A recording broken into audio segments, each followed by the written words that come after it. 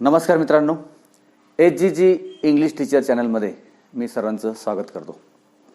आजचा जो टॉपिक आपण घेणार आहोत तो आहे डू ॲज डिरेक्टेड. सांगितल्याप्रमाणे करा किंवा सूचनेनुसार बदल करा. Do as directed in SSC board exam question papers. There are some questions in SSC board question paper. They are asked in different manner. So student don't get idea to write the answers. SSCच्या प्रश्नपत्रिकेत असे काही प्रश्न असतात की ते वेगळ्या पद्धतीने विचारलेले असतात. डू ॲज डिरेक्टेडमध्ये त्याचं उत्तर मुलांना माहीत असतं परंतु प्रश्नच कळत नाही. त्यामुळे असे काही प्रश्न आपण आज घेतलेले आहेत. चला तर मग सुरू करूया. Do as directed in SSC board question paper. Let us begin. पहिलं वाक्य आहे she was gifted by her father. असं वाक्य असतं आणि कंसामध्ये दिलेलं असतं begin the sentence. Begin the sentence with her father. Her father असं दिलेलं असतं. मग मुलांना असा प्रकार त्यांनी पाहिले असेल तर ठीक आहे, त्यांच्या लक्षात येतो की हा आपल्याला पॅसिवाईज करायचा आहे, ॲक्टिवाईज करायचा आहे. हा पॅसिवाईज दिलेला आहे. टू बी अधिक वित्री हा पॅसिव आहे. म्हणजे अशा प्रकारचा प्रश्न जेव्हा असतो तेव्हा आपल्या लक्षात आलं पाहिजे की हा चेंज द वाईस मधला प्रश्न आहे. हा प्रश्न चेंज द वाईस मधला आहे. मग त्यांनी सांगितलं begin the sentence with her father. मग आपला हर फादर पुढे घ्यायचा आहे म्हणजेच ॲक्टिवाईज करायचं आहे आपल्याला. मग अशा प्रकारचा प्रश्न बोर्डामध्ये येतो किंवा इतर कुठल्याही परीक्षेत येतो की ते असं विचारत नाही की change the voice. Change the voice असं न विचारतात, ते विचारतात begin the sentence with her father. वेगवेगळ्या वाक्यामध्ये जसा ऑब्जेक्ट असेल तो ऑब्जेक्ट देतात किंवा ऑब्जेक्ट नसेलही काही वाक्यामध्ये तसे पण वाक्य खाली घेतलेत आपण. तर बिगिन द सेंटेन्स विथ असा प्रकार आल्यानंतर आपण लक्षात घ्यायचं की हा प्रकार कुठला आहे. हा चेंज द वाईस मधला आहे का डायरेक्ट इनडायरेक्ट मधला आहे का हा इतर काही आहे. तर बिगिन द सेंटेन्स अशा प्रकारे विचारण्याची एक पद्धत आहे. तिथे विद्यार्थ्यांनी गोंधळून जाता कामा नये. तर इथे begin the sentence with her father आहे ना, ते हर फादर पुढे घेऊ आणि त्याचा ॲक्टिवाईज करू. हा पॅसिवाईज आहे. Was gifted. वॉज गिफ्टेड जर इथे आहे तर इथे साधा भूतकाळ येईल उत्तरामध्ये. मग हा सब्जेक्ट पुढे घेऊ. हा सब्जेक्ट पुढे घेऊ आपण. मग एच कॅपिटल करायचा. Her father. Her father. आता वॉज गिफ्टेड म्हणजे सिंपल पास्ट असेल तो. Her father gifted. She was gifted. She was gifted हा पॅसिवाईज आहे. Her father gifted her. काय she was gifted by her father म्हणजेच हर फादर गिफ्टेड हर. एवढं त्याचं उत्तर येईल. हर फादर गिफ्टेड हर अशा प्रकारे सुरुवात त्याची होईल. दुसरं वाक्य boys wrote everything in the paper but they did not get first class. मुलांनी पेपरमध्ये सर्व काही लिहिलं परंतु त्यांना फर्स्ट क्लास मिळाला नाही. मग इथे कंसामध्ये आपल्याला देतात ते बिगिन द सेंटेन्स विथ दो. दोने वाक्याची सुरुवात करा. आता दो आल्दो आला म्हणजे हा ॲडव्हर्ब क्लॉज ऑफ कॉन्ट्रास्ट आहे. हे मुलांच्या लक्षात आलं पाहिजे. आणि अशा वेळेस हा वाक्याच्या सुरुवातीलाच आपण दो वापरतो आणि हा बट काढून टाकतो.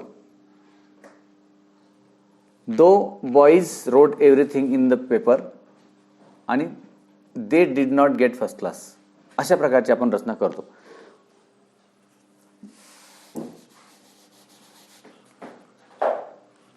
आता हा बी लहान होईल. T capital. Though boys wrote everything in the paper. इथपर्यंत ठीक आहे. हे उपवाक्य झालं दो लावून. मुख्य वाक्य पुढे जरी मुलांनी पेपरामध्ये सर्व काही लिहिलं परंतु त्यांना फर्स्ट क्लास मिळाला नाही. तर आपल्याला हा आता दो वापरल्यानंतर वाक्यातील बट हा निघून जातो. Though boys wrote everything in the paper,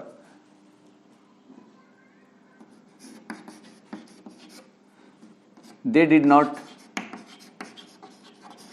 get first class.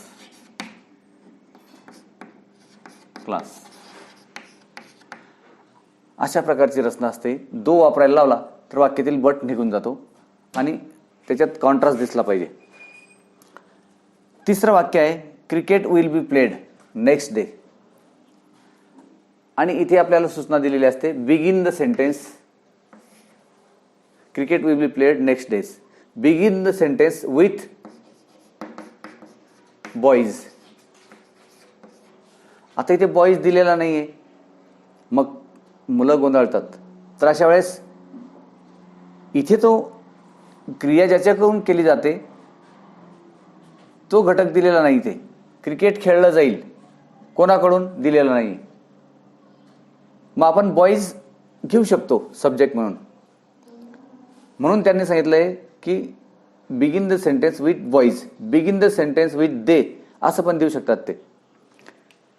मग आता हा पॅसिव्ह व्हॉइस आहे, म्हणजे हा चेंज द व्हॉइसचा प्रकार आहे. बिगिन द सेंटेन्स, कारण तो पॅसिव्ह व्हॉइस कसा आहे, विल बी प्लेड आहे म्हणून तो पॅसिव्ह आहे. आता मग begin the sentence with boys. आता बॉईज आपल्याला क्रिया करणारा घटक पुढे घ्यावा लागेल. बॉईज. आता विल बी प्लेड म्हणजे हा सिंपल फ्युचर आला पाहिजे. ते बी आपण विल बी प्लेड हा सिंपल फ्युचरमध्ये वापरतो. आता आपल्याला हा पॅसिव्ह आहे त्याचा ऍक्टिव्ह करावा लागेल. Boys will play. Boys will play काय, क्रिकेट. हा झाला active voice. Boys will play cricket next day.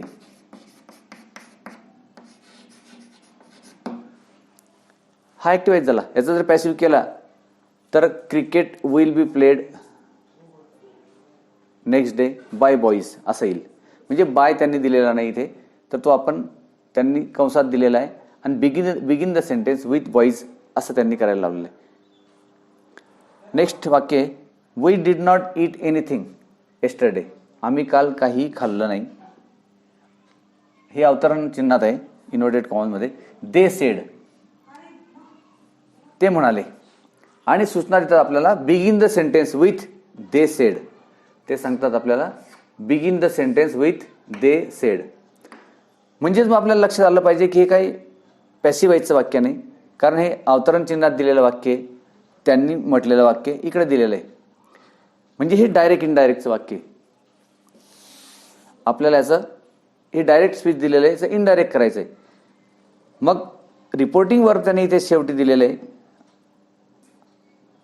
तो आपल्याला पुढे घ्यावा लागेल. दे सेड हे पुढे घ्यावं लागेल आणि नंतर मग त्याचं इनडायरेक्ट करू आपण. आणि त्यांनी सूचना दिलेली आहे begin the sentence with they said. They सेडने वाक्याची सुरुवात करा, म्हणजे आपल्याला इनडायरेक्ट करावं लागेल. मग तो टी कॅपिटल काढायचा. They said. मग आता हे वाक्य विधानार्थी वाक्य, दॅट वापरावं लागेल इनडायरेक्ट करताना. दे सेड दॅट, याचा आता आपण इनडायरेक्ट करू. दे सेड दॅट. आता वी डिड नॉट ईट हा सिंपल पास्ट आहे, याचा परफेक्ट पास्ट होईल आणि सर्वनाम बदलतील. दे सेड दॅट, इथे दे येईल, वीचा दे होईल, कारण बोलणारे अनेक जण आहेत आणि खाणारे पण अनेक आहेत. They said that they perfect past होईल. Had not eaten, had not eaten anything. They had not eaten anything yesterday. येस्टरडेचं काय होईल, the previous day.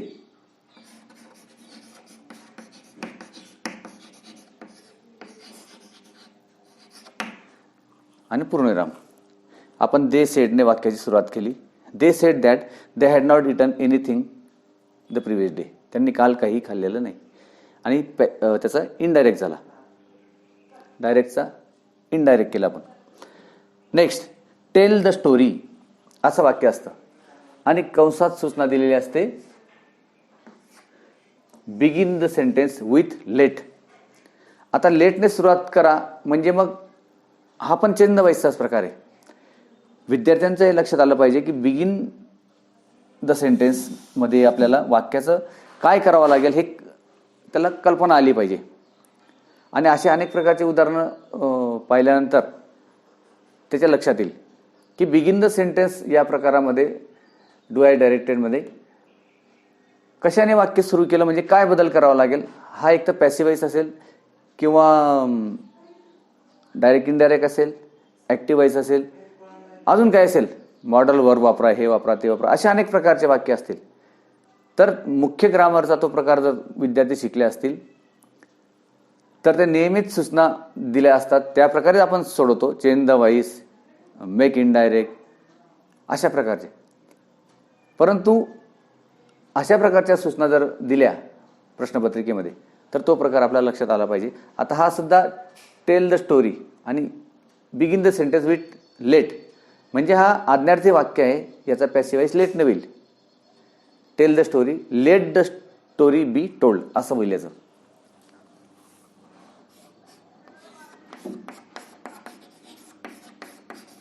Late the story be told. जसं eat the cake, let the cake be eaten. Open the door, let the door be open. इथे भित्री असतं, लेटची रचना असते. तर अशा प्रकारे सूचनेमध्ये बदल हा प्रश्नपत्रिकेमध्ये सध्या जास्त करायला लागले आहेत. म्हणून आजच्या आपण भागामध्ये तेवढंच भाग शिकलो की begin the sentence with dash dash dash. तर असा प्रकार डू आय डायरेक्टेडमध्ये जर त्यांनी दिला, कंसामध्ये सांगितल्याप्रमाणे करा, तर तो प्रकार आपण वाक्याचा प्रकार ओळखून याचं काय करता येईल, पॅसिव्ह करता येईल का इनडायरेक्ट करता येईल ते लक्षात घ्या आणि योग्य तो बदल करून अशा प्रकारचे प्रश्न SSC बोर्डच्या उत्तरपत्रिकेत लिहा आणि मार्क मिळवा. ठीक आहे मित्रांनो, आजच्या व्हिडिओ लेक्चरमध्ये एवढाच भाग होता. अजून असे अनेक प्रकारचे उदाहरणं तुम्ही बघा बिगिन द सेंटेन्स आणि ते सोडवा. ठीक आहे, भेटूया पुढील लेक्चरमध्ये. Till then, good bye, have a nice day.